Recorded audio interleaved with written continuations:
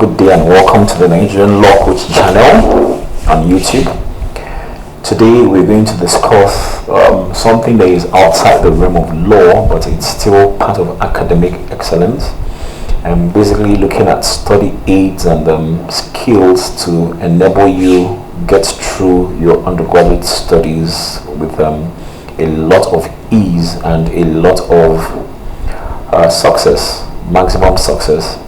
Well, like I keep telling my students most of the times, there is an allegory you find from the wise man Solomon when he actually said that somewhere in Ecclesiastes somewhere he said that the labor of a foolish man makes him tired or wearies him because he does not know the way to the city.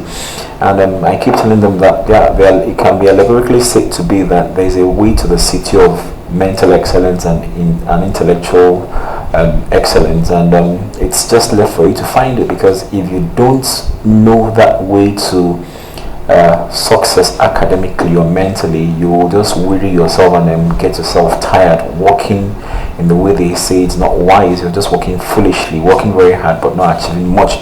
So today we'll just look at the rules of memory, because for most people they don't really understand that the mind works in a specific way, and we'll just start to let you know that there are actually laws that regulate memory, which has been known from time immemorial, even from the time of the Greeks, that the brain actually, the Greeks actually did this kind of studies, and they knew that the brain works in a particular way, and there are laws that regulate how you remember things.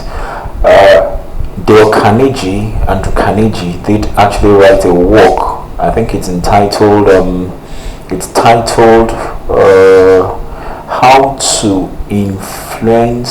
how to develop self-confidence and influence people by public speaking.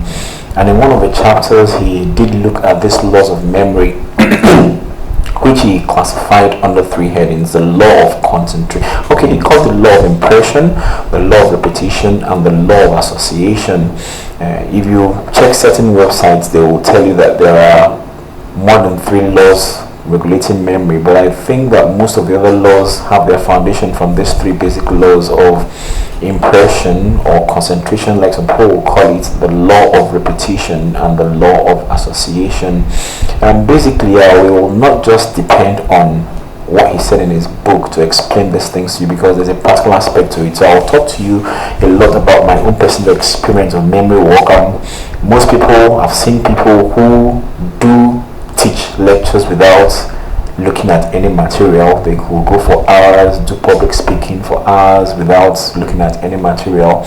And then with time I had to find out that there is actually a method to being able to do this. And even though I might not be able to tell you everything about the method in one sitting, with time as we discuss, I'll be able to show you that really there is a way the mind works. And if you understand what they call the natural rules of remembering, that if you understand it, it's easier to remember. And the psychologists will tell you that most people do not use more than 5% of their capacity of their brain for memory before they die. So I just hope that as we go along with this, you'll be able to use more than 5% of your own capacity for memory.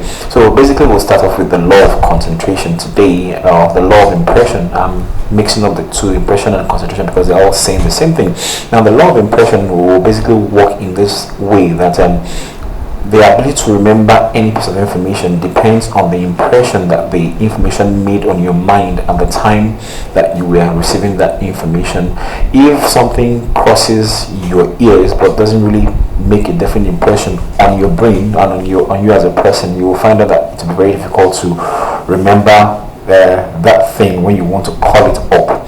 For example, you realize that sometimes when you are introduced to somebody, almost like immediately you forget the person's name, because at the time the thing was done, your mind was somewhere else. That's why the impression made on you by a piece of information depends on your concentration. Mark that. The impression made on you by a piece of information when you receive it depends on your concentration. So you will find out that in order to get definite impressions on your mind, you need to concentrate. And maybe one of these days we'll talk about the rules of concentrate, the ideas, the things that could help you with your ability to concentrate, because without concentration you're not going far in the aspect of memory, I'll just talk to you about a few things that could help to put up a good impression of any information on your mind. Well, let me use the example first that was used by Carnegie. He talked about a situation where one of the presidents, I think American president, was talking about, learned that it's not just enough to see the written work, but sometimes he reads out that material to himself. What this is doing is actually employing two senses. Instead of just the sense of sight, he also employs the sense of hearing. So by now using two different senses, it makes the impression stronger and deeper. And so there's this advice that most people give, that if you can actually use more than two senses in acquiring a particular knowledge, that it will actually help you more to remember what that knowledge is all about. But then you also have the fact that you have to be observant. You have to be pretty observant in order to be able to record things properly on your memory space or your hard disk, that and all that. But for me, practically, as a student, I want to suggest to you that one of the most important ways to make sure that information sticks as you're studying is to do what we call active reading. Yeah, there's a difference between passive reading and active reading. In passive reading, you're just more or less reading and just trying to put the thing in your head without interacting with the page. Now, but when you're involved in active reading, as you read, you're asking yourself questions like, why is this thing so? How is this thing? When is this thing? You ask yourself all these why, how, when questions, and you see, as you ask those questions, as you interact with the page, the knowledge begins to become more relevant to you, and that for me has always been a very important way of remembering things, instead of just passively reading it. I could do passive reading at times when I don't have time to interact with the page and in a hurry to get something down, but when it comes to really remembering something that I have to speak on, I interact with it. I try to go around it, find related information to it, so it leaves a permanent mark on my mind, and I won't easily forget it. And then you also need to realize in doing memory work that as you're doing this this active reading, that one of the things about active reading is your ability to understand the logical connections between the various parts of the knowledge you're dealing with, and as you engage in practical and active reading, you will find out that you're now able to draw a connecting link between the different parts of the knowledge.